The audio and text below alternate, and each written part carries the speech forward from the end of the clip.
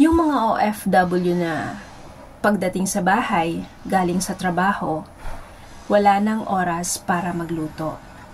O mga OFW na kasambahay, mali na sa oras ang pagkain, yung pagkagising pa lang, trabaho na agad. Yung pag-ihi na lang at tuwing sa oras ng pagkain na lang sila nakakaupo saglit. Yung iba, dinadaan na lang sa pahinga. Minsan kape na lang, o kaya tinapay.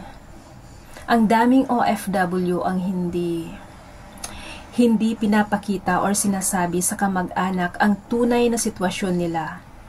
Una, dahil ayaw nila nakaawaan sila or mag-alala ang pamilya. Kasi sila yung mga breadwinner. Sila yung bibigay ng motivation sa pamilya para magpatuloy sa kahirapan. Ayaw nilang bigyan ng isipin ang kanilang kaanak, kanilang magulang, kanilang asawa at anak na nalilipasan pala ng gutom, itong si worker or itong si OFW. Kaya kung mayroon kang kamag-anak or asawa or ama or nanay or anak na OFW, kumustahin mo kung kumain na siya. 100% hindi pa. Saludo ako sa lahat ng mga OFW. Ingat kayo palagi and God bless you.